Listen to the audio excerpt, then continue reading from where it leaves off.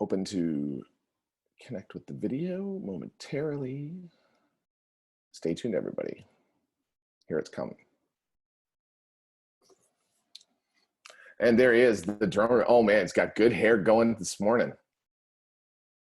Can't hear you. There he is. There you are. Did not connect to your audio, and we're all set.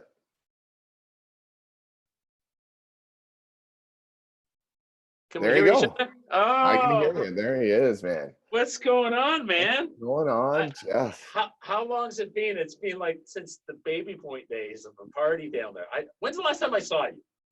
Reunion. It was the reunion at Lambton. Oh, that's right. It was the You know what? 90th. The 90th. So I think that was That about was 2001, I think. 2001. Was it? Or no. No. Late. Like 2000. It was like 2007 or 2008. Oh, was it? Okay. Yeah, it had to be something like that. Because I know there was one later that I didn't go to. But anyways, here we go, man. Yeah, so cool. Actually, I just finished a very exciting call, but I'll relate that call I just had when we get to the questions, because that's fantastic. It's very and it's funny because I was not going to share this bit of info I just received, and then I was just talking to a producer, and he says, "No, man, you got to announce this," but we'll get to it when it's related to the questions. So this is kind of my office. This is the office, man. This is where I make the noise, and do my damn. My office is a lot more green. It's a little different. Yeah. But the really cool part about this is, and thanks so much for coming on. First of all, I'm gonna let everybody know who's tuning in here. So This guy is a high school classmate of mine, Jeff Salem. Jeff, from very minuscule beginnings, went on to become a world-class drummer, toured with amazing musicians, went across the globe, playing music in every corner. And now he's a coach. He has a drumming a troupe similar to Stomp. He also goes to schools, does motivational drumming called Why I Love Music. You also now have, with a partner, have this drum kit, which is an online drumming with a book. And then lastly, dude, like on your shirt, it's Salem's Lots hot sauces. The hot sauces, see, there's my little promo thing. Try it. Try it. No kidding. I mean, I just like, it's just amazing. I'm just like so stunned, right? Because it's like you're sitting there, and we'll get into a little bit of that your younger days that I've done a little bit more background looking into from some friends who gave up some interesting stories, none to say the least. Oh boy. Oh yeah, I went and asked a few questions, but the really cool part about this is that what I thought about when I asked you to come on, and it's been really neat because I've had Donovan Bailey, I've had Mike Grange from Sportsnet, and it's just giving a different aspect of coaching and performance, and that's why I wanted to have you on. There's a young man at my church. He plays the drums, and I could sit and watch him play all day long. Like, he is just amazing at what he does. And, you've played professionally, and, like, it's an amazing skill. And I want to get into a little bit how you coach and how if there, I see parallels with golf, but I'd love to hear your aspect from that, right? Absolutely. And it's really an interesting, point, because, like, you played for the school band, I believe, if I remember correctly. Yeah, that's right. But, like, what was the tipping point for you to go from, I'm going to play in the school band to I'm touring with Fist and Lee Aaron? Like, I mean, like, how did that happen? Well, believe it or not, like, when I started playing drums in high school, grade 9, but I actually I was stuck on the clarinet. Drums was not given to me. So the story about that is I actually lied to my parents. I told them that I stuck on the drums, and they were upset about it. So I convinced them to let me take drum lessons, and I bought a pair of sticks and a practice pad, no drum set at that point. And of course, I still had to maintain my consistency practice in the clarinet, because if they saw my report card look bad, in music, they were going to think I sucked at drums, not the clarinet. So every morning I practiced the clarinet for about an hour every day, and I came home on my practice pad. I knew my folks would discover that, and that was the Christmas concert. Because remember, a music teacher, Mr. Nickel, would get everybody to buy tickets, and of course they come see the show, and they spot this kid in the front row. I mean, we all have those red blazers that look the same. Oh, I know, right? But the Runnymede red blazers. Yeah, oh my goodness, that probably been dry cleaned like 1,000 times. But anyway, so what ended up happening was they discovered I played the clarinet, and they were really upset about that, and they're giving me heck after the show. I said, listen, I really have a love and a passion for drumming. So they allowed me to do that. I continued taking lessons, and the following year I got drums in school. But I knew from that point, that's what I wanted to do. Even right from that, Really? my goal was that, Really? I want to make my living playing drums. Okay. Now, I always looked at all the other jobs I had in between post high school, because I ended up going to George Brown College to get my license as a meat cutter, because I worked at Safeway Grocery. I became a licensed butcher. But to me, that was always a pit stop job. I still wanted drums. Then my hair grew long. At one point, my hair was way, way, way down to there. I'm jealous. Crazy long hair. But that was the point I wanted to do that. So I worked hard. I studied, persevered, practiced a lot. So there was just no stopping back. I didn't really have the support, I would say, from my parents. They didn't encourage it, but not so much discourage. I just had to do everything on my own. Bought my first drum set with a paper route, took lessons, paid for it, took 3 buses to get to the drum lessons, to get back home. So I definitely had to work hard to be able to achieve that. Well, I think it's an interesting story. And the reason I love that you referenced the Safeway butcher part, because in doing my research, it was really funny, because I was going to ask you if you were jaded from being teased by your boys coming in afterwards into the Safeway and bugging you about being a butcher. But it's a really interesting story, because yes, you grew up, your parents were Yugoslavian. I mean, you're Yugoslavian, but I mean, traditionally it was, you're going to work hard and go get a job and get a trade or something. Get a trade and something. Yeah. Music. What's this? You're going to play professional music? What? That's not a job. Like, how does that happen? Right. Yeah. And I mean, where we went to high school at that time was a traditional, I would say, Yugoslavian, Ukrainian, type of environment, where there was a lot of, blue collar workers, and it kind of wasn't really looked upon. So the really interesting point that I love about this is, and I got a reference from high school, bro. One of the things that we didn't see, and this is something I want to talk about because I think it's really cool, is you were your own man in high school, bro. Like, you dressed, it was so funny. I posted this on Facebook, and Carvin's Song comes back and says, wasn't that the guy who dressed like Motley Crue at the dances? And I said, yes, but and then Greg Mantle comes on and says, but that wasn't an act. That was just Jeff and how he dressed, right? Yeah. And it was really cool, because back then, like, we had people who would dress up like Boy George. We had people like yourself, right? Yeah. I was a jock, right? But the really interesting thing that always stuck out about yourself, and the picture I posted, excuse me, that's my dog, was... Sorry, I got one too. Oh my gosh, George. What was really cool is you didn't let it bother you. You just, you were driven. Right. And I find nowadays, and I'm sure like you find this with your young people you coach, they're always so, and I find it with golf, they're always a little bit more worried about what everybody else is going to think about them. That's right. Exactly. And it's funny. I just have to make this reference to shows. So once I finished high school, I started letting my hair grow long, and no one in high school knew me, but this is what I look like. This was from a magazine from 1989, Poster Boy, Metal Edge magazine. That's my gosh. That's my real hair, So it's like, so trying to get accepted with that look, and parents say, you got to cut your hair. I remember my dad offered me $1,000 if I cut my hair, Really?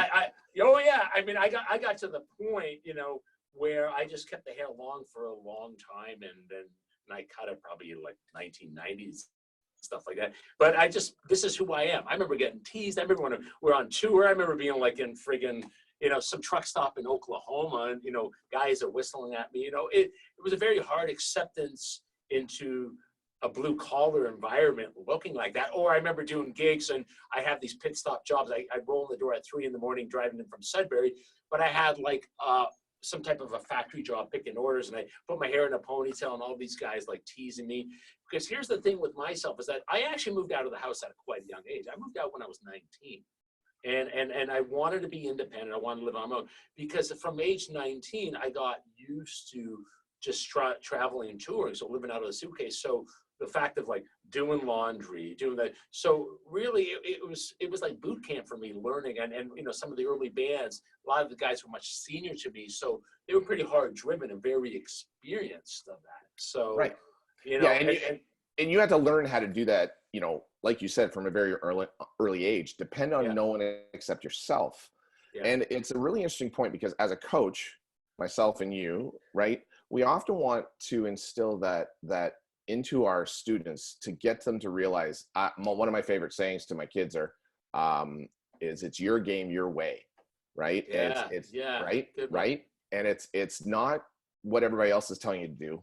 How do you want to do it? And how do you want to be a differentiator and separate yourself from everybody else, right? Because it really is, you know, it's the unseen shots. It's the ones that are, you know, it's the unseen drumming. It's the one when you're practicing and nobody else is seeing you and you're making mistakes, but you keep coming back and you keep working at it. So I know how coaching golf and the parallels that come along with it. And it's a really interesting point, because I love the fact that you are a drum coach, and I'm not blowing smoke when I say this. Drumming seems so crazy difficult in as far as that I'm not really a musically inclined guy. Yeah. Sure, I can dance and so like that, but playing the drums is something that's always mesmerized me.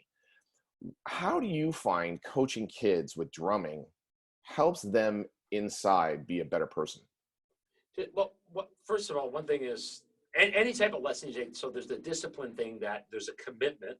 So commitment to show up at your lesson on time. Well, right now I'm doing online lessons, so the kids just got to watch down there in their basement. You know, so showing up on time, being responsible, being prepared.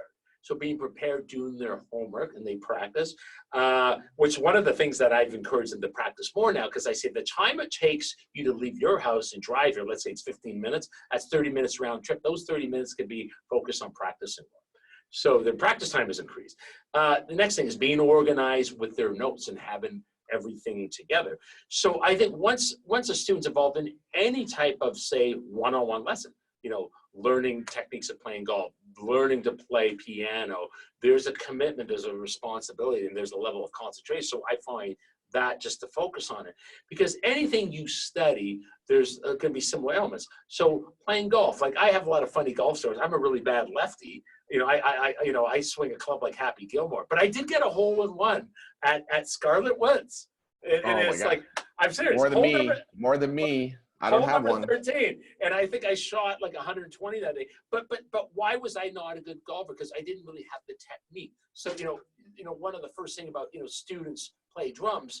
I mean, when I was taking drum lessons. I mean, there was a book I studied called Stick Control. It was written in 1937, the most boringest book, and it all just gets students to practice sticking pattern. I can't bring that to a child nowadays with the way the world's evolved with technology. This has got to be fun.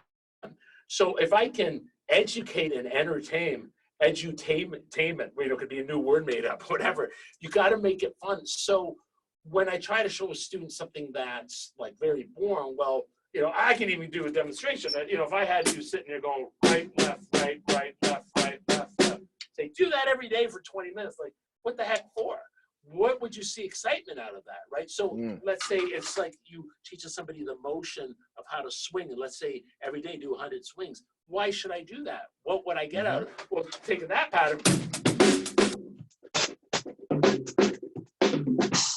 I mean, all I did was take that and export it around the drum set. Much like you teaching somebody the concentration, having proper technique. And the proper technique is, being able to hold the sticks really loose, really comfortable. Like a lot of drummers I teach nowadays will come in and they say, well, one thing I do, I break a lot of cymbals or I crack sticks. And that's from not having good technique or their hands hurt. So I spend a lot of time with that. So, the thing is that if we have no pain here or no pain right, then this is enjoyable. Just like, if you have golfer's elbow, and it's funny because I ended up getting that from playing a lot of hand drum. it's not going to be fun. If there's pain, it's not fun. So Well, there's those an are, interesting point. You're bringing up some really parallels. The grip in golf is the very first thing that you need to work on. If your grip is not right and you're gripping it too tightly, you can't. Your golf swing's not going to work properly, right? And it's funny you say tightness because, you know, people have like impressed that I'm really holding the sticks tight and it's just very loose. You know, when I studied with this one great instructor, Jim Chapin, his son was Harry Chapin. Jim Chapin taught a lot of well-known drummers, Joe Morello, worked with like Buddy Rich, like Louis Bellson. I remember, so, and I would drive down to Long Island, this is about 20 years ago, he was in his 80s. He said, if I see white in your thumbnail, that means I'm pressing that. He goes, and he'd whack me. He'd hit me. I'd come home with bruises on my arm. Can you imagine doing that to somebody nowadays? But the whole point was that he wanted it to be fluid. So like if I'm playing really fast, like this should just come out loose. You know, like that's how it should be. And I'm sure that is with golf. And the thing is, if you refine your technique, then the next most important thing, you know, what separates a professional to an amateur is the consistency. The consistency, you know, like it's like let's say there's, you know, a net in front of us and there's 10 pucks and we're 20 feet away and I'm standing beside Gretzky. Goes, okay, shoot the pucks in the net. I could probably get them all in the net. Well, let's shoot the puck in the top right-hand corner. Just like you might say, okay, I'm 90 yards from the green. I can get my pitching wedge. I'm going to try to get this within, you know, 10 feet from the pin. You have the skill to do it. Where me, I could probably just get it on the green. Probably more off the green, probably in the sandbanks. so so those are, you know, the things that, so if the technique is there and it's, you know, refine that, then you should see consistency in your performance. I think one of the best quotes sums this up, and I've used it a couple times. It's like John Wooden says, it's the legacy of shoes and socks. Every year, no matter if you're a senior or a freshman, he would, the very first practice, he would always start with teaching them how to lace up their shoes and socks, because if they did it correctly, their feet didn't get blisters and chafed. So they had more endurance and could finish the game better. So it's the really interesting point, like, right? It's, if you lacing up your shoes and socks, who goes over and teaches lacing up your shoes and socks? It's unbelievable, right? But it's that little fundamental has a huge outcome on the final product. Right? So like, and one thing about like this instrument, when I ask students, what's the most important piece on this kit? I mean, this is a fairly large drum set. I mean, everybody gives me the wrong answer. You know what it is? My drum throw. That's the most important thing, because when I'm in the driver's seat, I want to make sure I'm not sitting too high, I'm not sitting too low. Posture. I'm sure, like the golf swing. Where are your feet? Where's your position of your feet? How far from feet? How far in? How far out? That's all important. So the ergonomics, you know, it should be fluid and relaxed, effortless. That's amazing, because we've been talking about like arm length, right? And torso length and how they sit, and being custom fit for your golf clubs is so super important. And it's just absolutely parallel when you're sitting at a drum set that you are properly fit, right? Same with stick choices, just like golf clubs. There's different sticks. Like my stick is a personal size stick. It's kind of funny. So Vic First, a company from Boston, they make great. So it's my own signature stick. There's supposed to be a picture of me with my head on it. It used to be a picture of a guy with a long hair. Why is there a picture of my head on it? Because in certain styles of music, we play what's called a crossing. So the best sound is if I hit my neck. So that's why it's there. But anyways, my stick might not be comfortable for a student at 6 years old. They might be too heavy. Just like a golf club to a senior to a teenager, different. You have to have the right tools that are comfortable for you. So much parallels. And it's funny about the relationship with sports. Like when I meet a student for the first time and I kind of value it, because so obviously it's a musical instrument. I say, so what kind of music do you like? What do you listen to? Great. Next question I ask, do you play any sports? And they're like, what? I go, well, this is very important. If they say I play hockey, I'm like, oh, great. Or I play soccer. What if this is on the goalie? That's even better, because everything's about timing, precision. So a goalie's like looking at the whole landscape. They're watching how that ball's passed or that puck's passed. When it's shot on them, the timing, getting the glove up to catch it. So this instrument's all about timing, much like everything in any sport where it's a team effort like that, passing, football, you know, like I'll tell you right now, quarterbacks would make great drummers. Because it's precision, concentrated. Like, how far do I throw it? everything. So there's such a parallel to anything involved with sports. I've never had a student that didn't pick up quickly on this instrument that was involved, say, with a sporting event, you know. So when I get a student, that's pretty cool. I did have one student, I remember 1 year. So what kind of music I like? No, I don't listen to music. Well, you gotta like music. You play video games. There's music in video games. No, I don't like video games. Well, what about sports? You gotta like, the Leafs, the Raptors. No. Why do you want to play drums? I just want to hit things. That was his answer. So that was, he turned out to be pretty good. I got him to like music, so that was a good thing. That's cool. It's interesting. Like one of my good buddies, a good who loves golf, who's very accomplished drummer is Gil Moore. Oh, okay. Yeah, he's a member at the club that I was at for the last 4 years, and I mean, he's just a student of the game and loves it all the time. But it's really funny. He's always been good, right? Because his attention to detail is pretty awesome, and golf's a very detailed game. So speaking of details, dude, the details in what you've done and what you do, you're an incredibly entrepreneurial kind of guy. And I mean, I think this kind of just rolls right into your drive right from high school, right into, drumming and wanting to do it and all that stuff. But I mean, I'm just going to list off a couple things here. Okay. So you have this wonderful performance that you call My Passion, My Passion is Music. And you take that out to kids to roll out and understand like why music is so important to them. And why it's be something they should look at, because nowadays it's always on the phone, instant, and it's like, hey, look, take a step back and take a look at this. The second thing is you created the Stomp Light group, with Envirodrum, where you guys take all these different things, like from you take like green bins and like and you play them. There's a funny story. I'll let you finish your repair, but I'll tell you how that became that story. Well, the really interesting thing is then you like I touched on a little bit. Now you've gone into web-based stuff and your drum kit and teaching people online and doing that, right? So where did this motivation of entrepreneurial and giving back to people and helping coach them, where did that drive come from? Of course.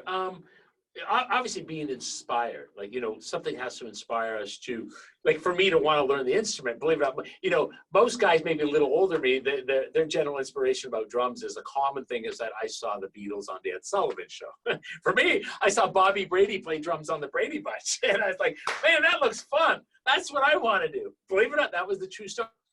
Wow. But being inspired. So here's the thing for me is if I saw somebody do something that was at a higher skill level than I was at, even if they were at a younger age, instead of being discouraged, going, oh man, or having a chip on my shoulder, ego, oh, forget that. I got inspired, I want to be that. I want that to be my mentor. So I think that could be possibly just a lot of my being in my DNA and just trying to be humble about it. But I always wanted to strive. I always had the same, do I take the road of least resistance or most resistance? All successful people will take most resistance because then you challenge yourself. So I think a lot of the things at a younger age is I started making a list of goals that I want to do. I call them personal goals and business goals. So I made short-term goals, I made medium-term goals and long-term. Short-term could be, within a month span, medium a year, and then long-term could be like a 5-year plan. So I actually had this visionary board that here's my personal goals, here's my business goals. In my personal goals, this is kind of funny. In my personal goals, I remember the one for short term was I want to fun stuff. I want to own a pinball machine, right? One that's a little longer. I want to get an old Corvette. And long term, 5 years before I turn 30, I wanted to own a house. So that's my vision of personal growth. Then I had my musical thing is that I would like to, at least say I played on, by the end of this year, I've done like at least 15 recording sessions on albums. I longer term, open my own teaching school. Longer term, have a couple books that are published. Like I have some books that are published through Howell Leonard that are sold. So then you have those things, you need that balance. It can't be all work. It's got to be balanced. So I would just try to chip off of those every day. Well, the funny thing about the pinball machine, I got rid of the pinball machine, but I have an old Pac-Man machine in my waiting room it's got 40 games. It got 40 games from days. It's got Space Invaders, Galaga, Donkey Kong, Frogger. I'm coming. I sold the Corvette few years ago because somebody made me a great offer, and I bought a convertible Camaro. So I still have that, and now I have a bigger house. So That's amazing. but I think what's this Enviro drum? What was with the Enviro drum? Okay, so one thing I've always said to artists is like, if somebody, especially in the art form, if somebody asks you to do something, it's about being confident to say yes. I will never say no to anything unless I feel I don't have the skill set to do it. For example, a few years ago, somebody called me and say, can I hire you to do a taiko drumming event, Japanese drumming? Well, first of all, I don't know any big taiko drums, and that's a huge investment. That's a whole cultural study that I'm not familiar with. However, I said, well, I have a lot of experience in African and Cuban drumming. So I was able to sway the customer into doing the hands-on drum circle. So what happened with the Enviro drum thing was probably about 12 years ago, I did a big hand drumming thing for Loblaws Corporation. It was a team building thing. It was for Galen Weston. It went very successful, 500 employees. And after that, several months later, I got a call from his secretary. And she says, we're hosting an event coming up in a few months. And Galen Weston's looking to have some stomp-like Blue Man Group that plays on, maybe homemade items or food products. And you know what, Jeff, I value your expertise. I went online. I found a couple of bands that I'm thinking of hiring in the Ontario area that do a similar thing. Could I get your opinion if I send you links to the website? But unless you have your own band that does this. And I go, I do, which I didn't. He goes, you do? I go, what's it called? I go, Enviro drum. And he said, like, oh, can you send me some videos? He goes, well, see, these are the white lies you got. I said, well, we do a lot of school programs, but I'll put a proposal together.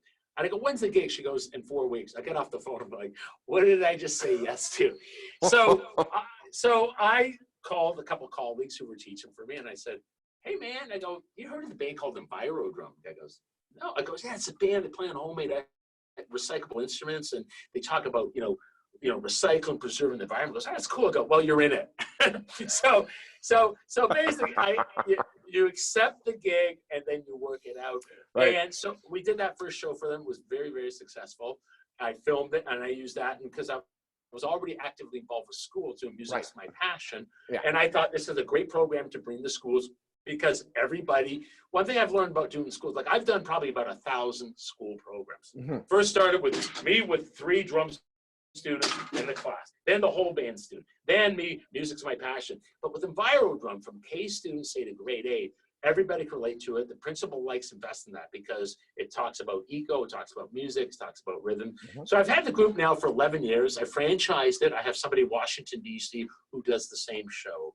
But unfortunately, we've come to a halt right now and last month, April is my busiest month of Earth Month. Like Earth Day, right. Earth Day was April 22nd. I had 4 gigs I had to cancel that day. But it is what it is, right? It is what it is, right? It is what it is. And in these times, we've had to adjust yes. Right? What is our norm, right? I mean, I've gone all online with my kids in coaching them, and I'm averaging around 3 to 4 lessons a day, and wow, wonderful. These I've done 6 weeks. Today is 6 weeks of chats with Coach Doug, and it's been a great project, to be able to do. So, one of the things that I loved when I was reading up about some of the people you performed with, like Diana Krall and Randy Bachman and Fist, good old Canadian rock band there, and I think the metal queen Lee Aaron. That was always sort of stuck out at me because, she was kind of like this hot chick when we were growing up, and it was like, Lee Aaron, right? And stuff like that. But what were some of the traits that you picked up along the way, being around and in this environment, that you attributed to your performance being always on top? Now, what I'm saying is, see, I often tell my juniors, look at what are the best of the best doing? What are their traits doing? Like Kobe Bryant would get up at 3 a.m. and go work on shots, right? Yeah, Steph Curry doesn't leave the gym till he swishes 5 in a row. What is it that you're going to do to be the differentiator? So what was it for you? So obviously one thing is, and I always relate this with athletes, somebody could win the gold medal. They don't sit on the couch. You got to constantly work. And here's how I try to look at myself. Just because I audition for a gig and I get the gig, so it's like you go to a job and you get hired, you're still on probation. If I suck at this, I will be fired. I'll be let go. There's a dozen guys waiting in line to take that. So just that commitment level to it. But one of the things that I've really learned that's really important to get to the next level gigs, like I don't really audition for gigs anymore. I might have to audition if it's just the protocol, but it's just referrals. And a lot of it is like, knowing your skill, play the instrument well, but when I look at a gig 24 hours a day, the gig part, the actual interaction on stage, maybe only 90 minutes. So the rest of the time is the hang. So you want to be around people you can get along. You want to be cool. You want to have that. You don't want to have anyone that's got this bitter, jaded attitude. And it's funny. I have a funny photo if I can show you related to that. So I've always found that. So if somebody hires me for a particular gig and, I need to like hire a sax player, I look at all my sax players and I know they're all qualified. Who am I going to join having that dinner with? Who, the dessert, right. Just laughing. So those are the qualities that I found that when I went from one band to the next band, and there might be some, one person that might be the band leader, their ego might be a little, hey, they hired me. They're the boss. They're the band leader. I got to listen to their rules. I'm not going to argue back. So I think that was one thing that I always learned. What is my role in that band?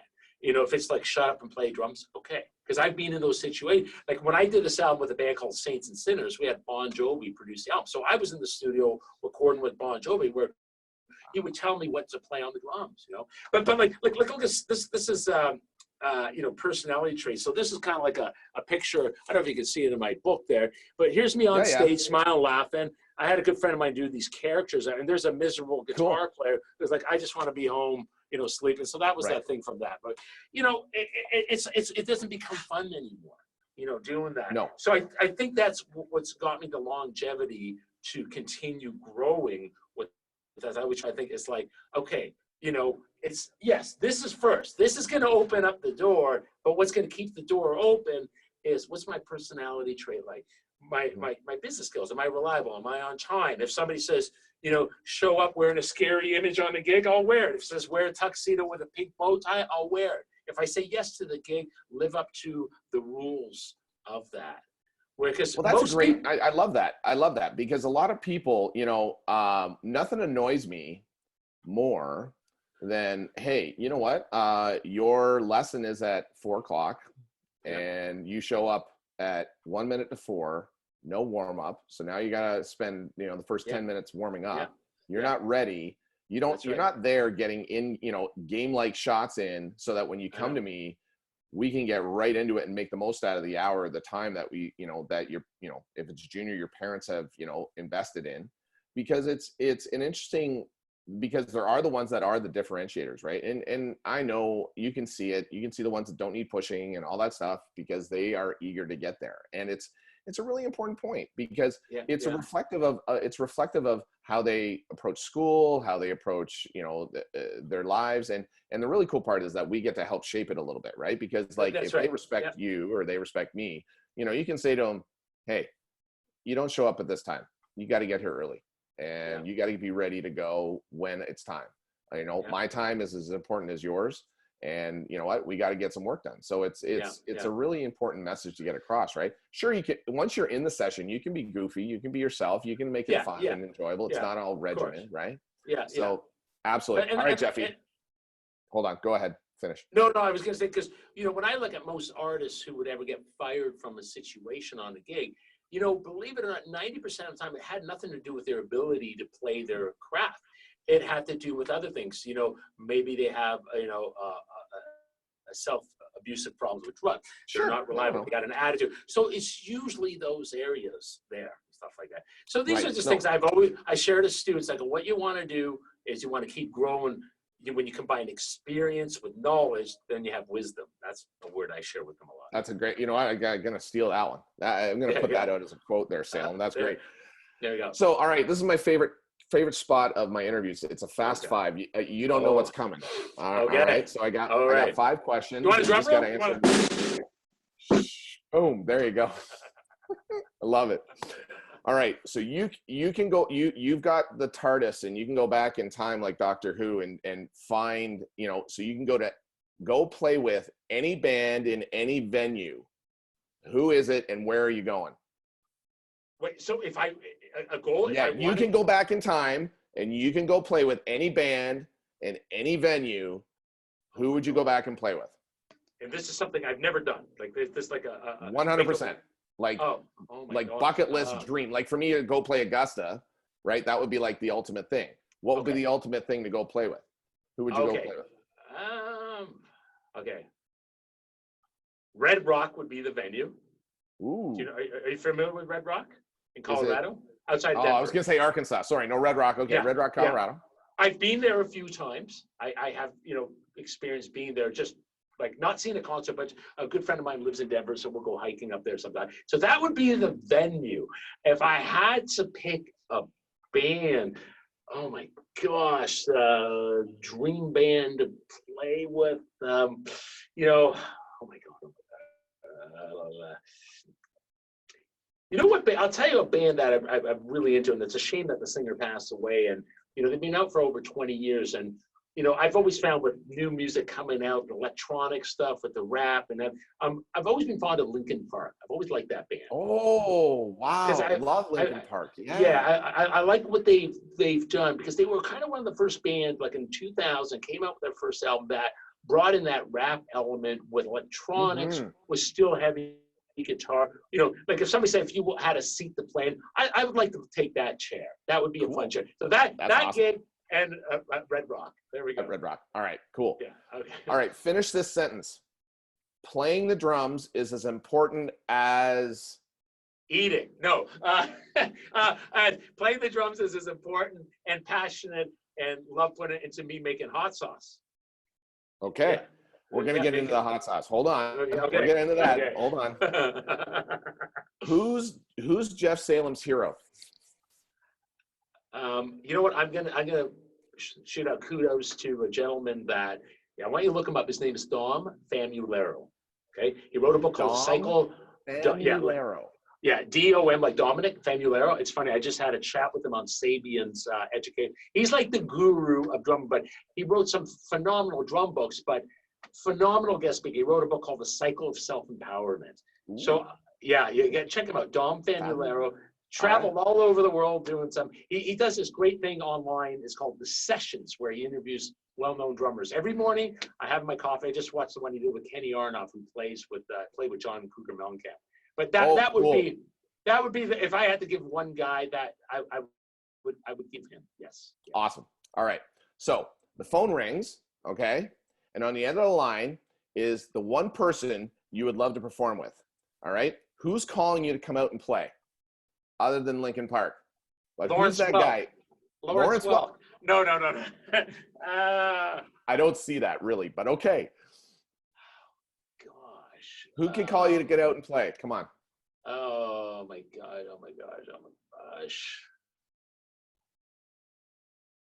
And this would be a challenge. This would get me shedding some more and stuff like that. I've always loved Chick Corea, piano player. Wow, that's awesome. Yeah. Super cool. Like, that would get me back into doing some heavy practice. But no, you know what? Actually, no, I like that. That'd be too much homework. You know what? I always wanted to play with Santana, Carlos Santana. Oh, Carlos Santana. That'd be awesome, man. Yeah, that would be so cool. All right, finish this lyric. I want to see. I'm pulling back your history. I want to see if you can finish this lyric, man. Oh, I'm so bad at lyrics because I'm a drummer. I don't. It might be easy. All right. Call it love, call it lust, animal, or you're dangerous. Tiger on the run. Better get. Can you finish it? I'm trying to sing the line. Get it done. Oh, that's close. Better get a gun. Could be trouble.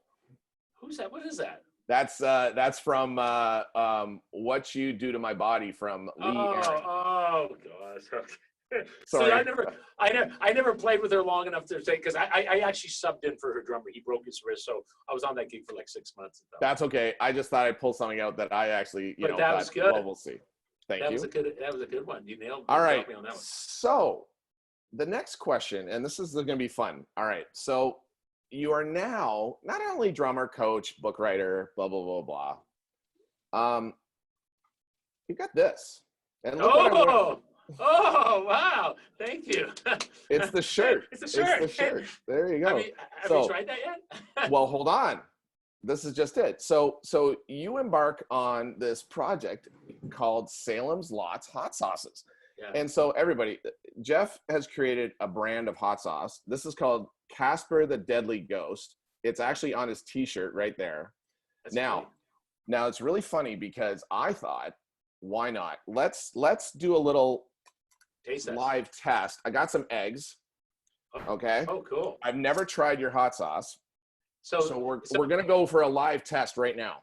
okay. All right. And that's the Casper bottle you're opening? That's the Casper one, yes. So I'll give you a little history on that. So that the award sticker you see on there, yes. that actually the little it said yeah. So that won in Texas last year. Came in the top 3 out of most kind of. It was like a South Asian. There's a sweetness in that. There's pears in that one. Yes. There's It's pears with winter those fire peppers. change. I like that you guys have a temperature gauge at the back of it. Yeah, and it is pretty hot but flavorful. I add no extract to it. Well, here's here's the thing. Let's get a little let's go with a little live taste here, okay? So I got my eggs here. Oh, go put it on. All right, there we go. Can All we, right, everybody. This would be the one I would do on eggs. Can we swap that? Can you grab that from me? No. Okay. There is a little smoke, little sweetness. All right, trying some eggs here. Yeah. So as you can see, I got some eggs, hot sauce.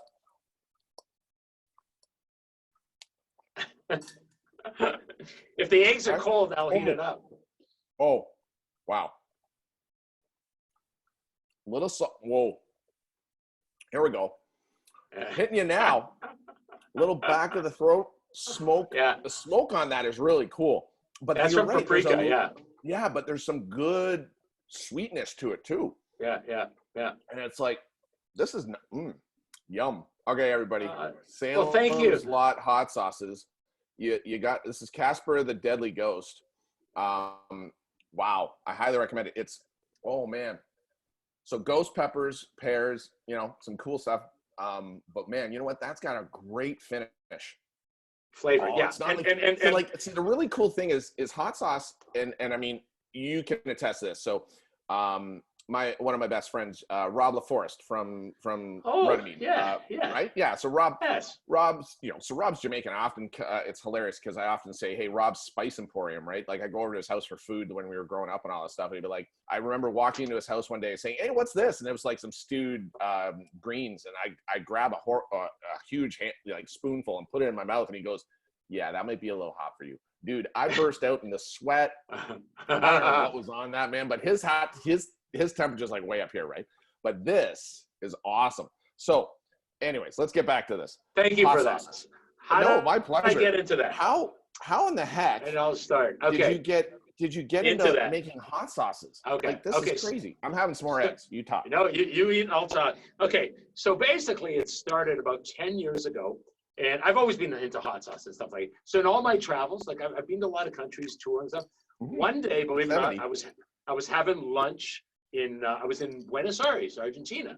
And I remember, I'm going to grab some great sauces here. So I asked can you bring some sauce? They brought some to the table and it was so watery. There was so much salt to it. There was no flavor. It was pure heat.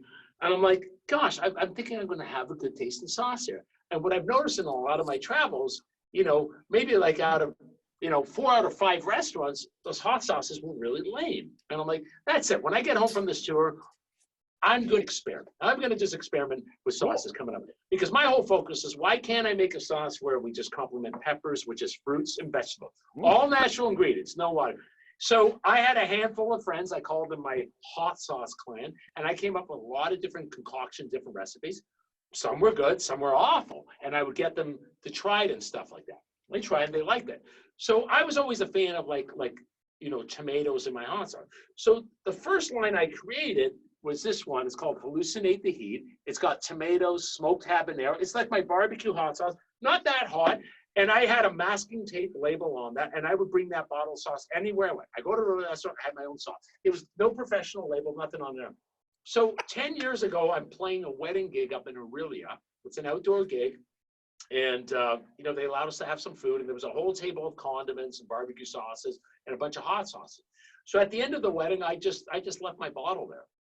You know, seriously, it was a masking tape label. It said Salem's Lot hot sauces and had my phone number on it. I just left it there, right? The next day, I get a call from a police officer.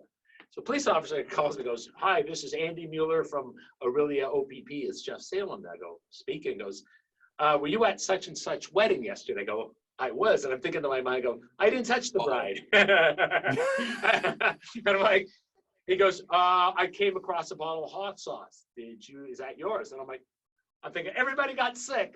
Right. And I'm like, yes. He goes, "Do you sell it?" I go, "No." He goes, "Well, you should. It's really good. I'll be your first customer." So that was the whole paradigm shift. And I was like, okay. So I started making sauces for him, like in these big masonry jars, you know, for his buddies and friends. Then I got into private bottles for him. And I was just doing it as a little side project. So it wasn't really about, it was just about fun. I was just doing it in my own kitchen. Then one recipe led to another, then led to another, then led to another. Then I would get into a few like local stores, local markets and stuff like that. And this went on for maybe about 5-6 years. And by 2016, I was grocery shopping in Whole Foods. And I said, I need to get my stuff here. And I'm like, "Oh, how are you going to make that happen?" I need to get it. So I went to customer service. I go, "Can I speak to the grocery buyer?" I go, "What's his concern?" I go, "I'm a manufacturer of a product. I'd like to share it with him." So this guy walks down the aisle. Luckily, I got this guy. He was a young fellow. And I said, "You look like you like hot sauce." He goes, "I do." So I gave my whole shell spiel. And we actually set up a meeting. And him and his colleagues, we sat down.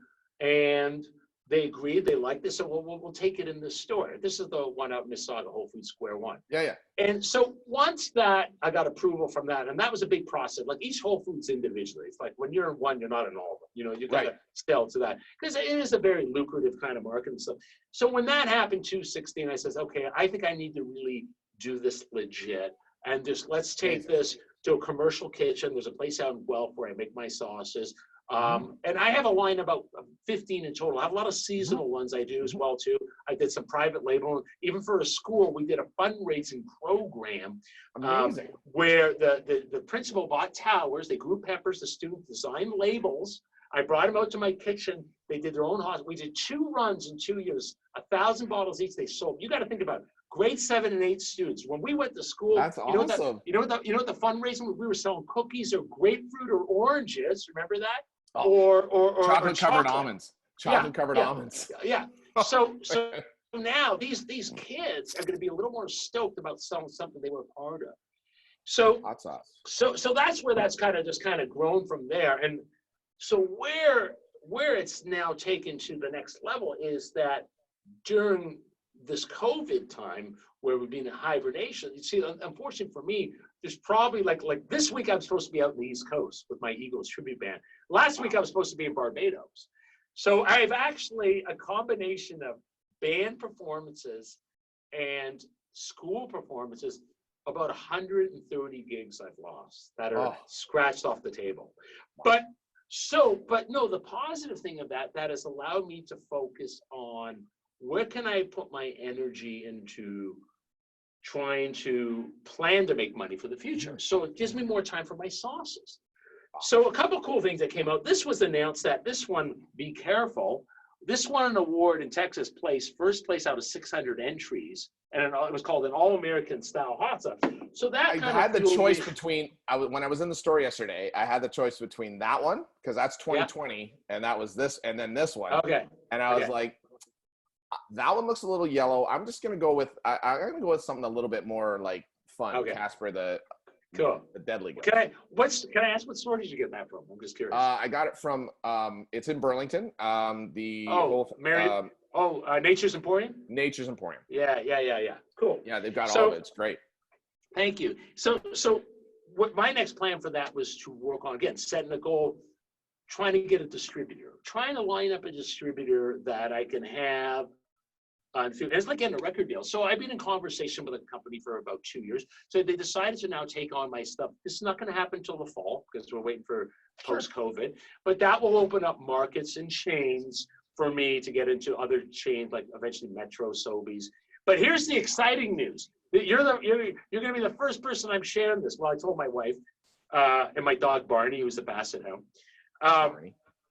if I got $1 for every time somebody says, you should go on Dragon's Den. You know? Oh no. So if I got $1 for everybody who said, you should go on Dragon's Den, I wouldn't need an investment.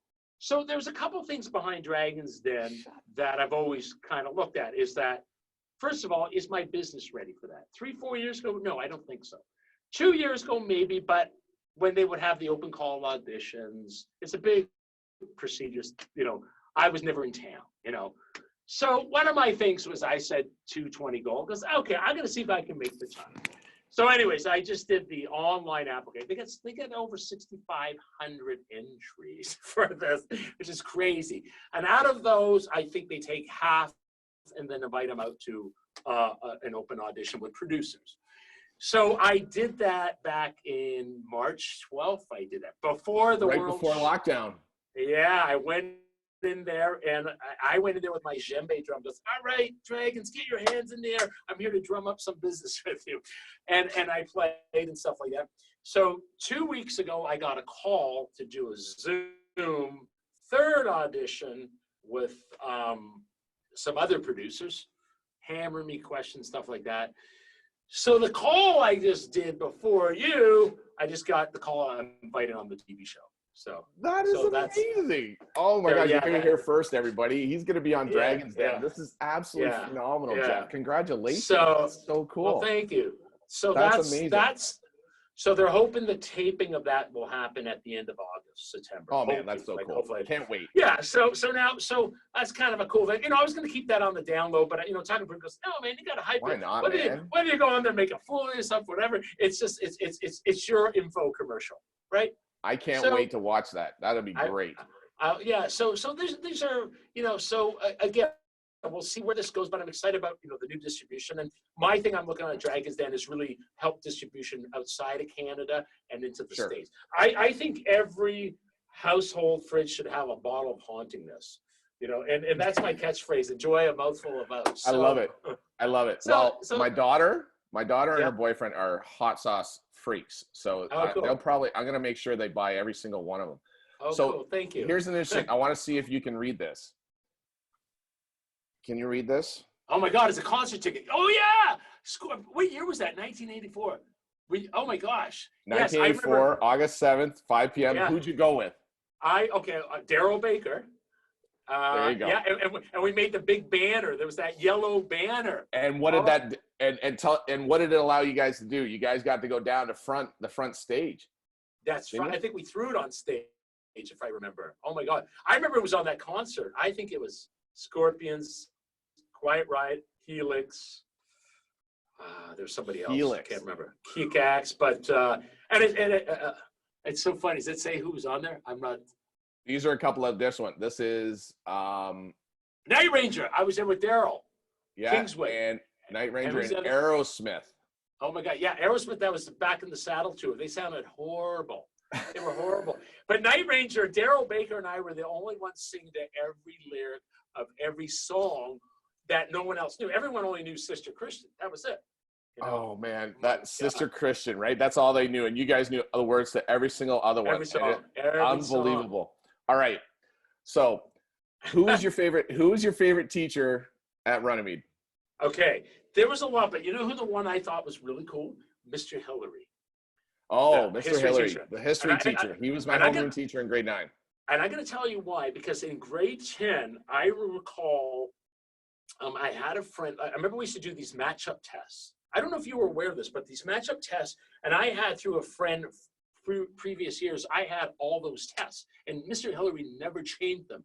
So nope. I used to give all my buddies those answers to the test, but it says, do us a favor, like when you do the test, let's say there's 20 questions, don't get them all right, like make a couple errors. So there's an inconsistency, right?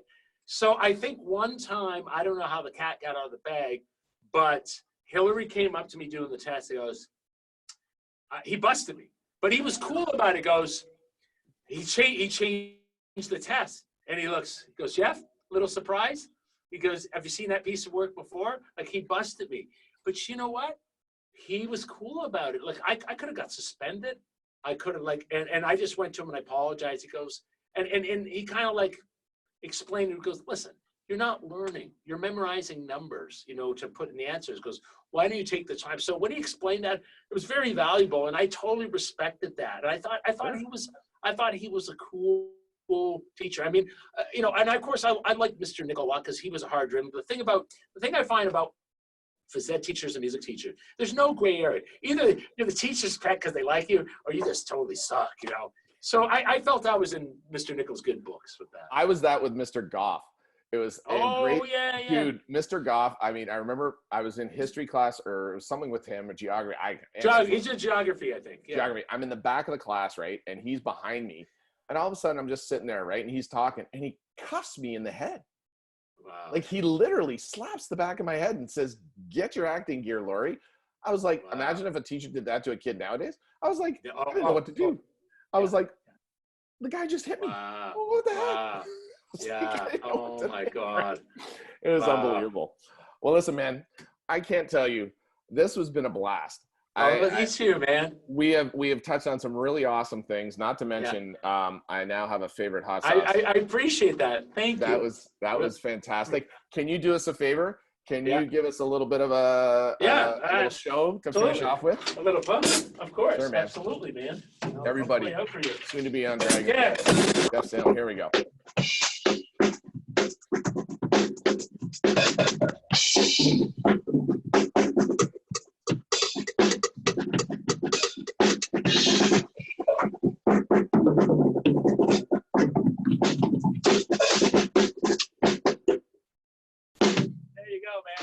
That was awesome, buddy. Man, that was so great. Everybody, I hope you guys enjoyed this. This guy is an absolute rock star. Check him out. You can Google search Jeff Salem. He'll pop right up, and you can find out if you want to learn how to drum. Brampton's not that far away if you're in the GTA. This guy is a superstar. Look for him, and make sure you go out and get some hot sauce because it's going to be it'll make your life get a little bit hotter and a little bit better. So, anyways, everybody, thanks so much for tuning in. And Jeff, don't go away. All the best. Okay. All right.